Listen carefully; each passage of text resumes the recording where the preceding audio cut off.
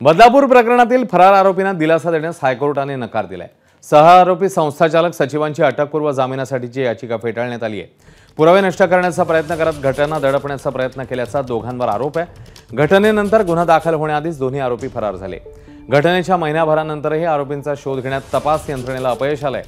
सत्र न्यायालयानंतर हायकोर्टानेही आरोपी संस्थाचालकांचा जामीन फेटाळलेला आहे।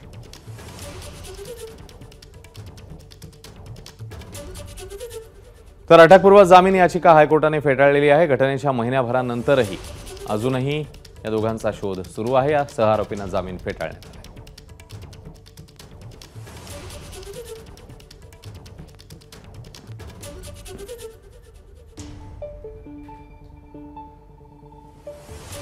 पुरावे नष्ट करण्याचा प्रयत्न करत घटना दडपण्याचा प्रयत्न केल्याचाही दोघांवर आरोप आहे आणि घटनेनंतर गुन्हा दाखल होण्याआधीच दोघेही फरार झालेले आणि या संदर्भात आता अटकपूर्व जामीन याचिका फेटाळण्यात आली।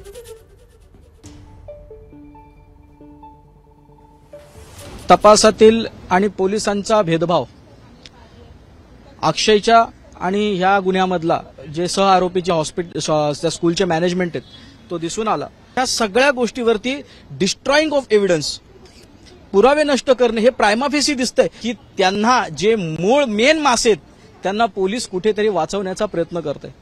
दुसरा प्रश्न असा की आतापर्यंत पोलिसांना त्या आरोपी भेटत नाही, त्यांचा जाणीवपूर्वक त्यांना या अटकेपासून वाचविण्याचा प्रयत्न केला जातो असं मला वाटतंय। एबीपी माझा, उघडा डोळे बघा नीट।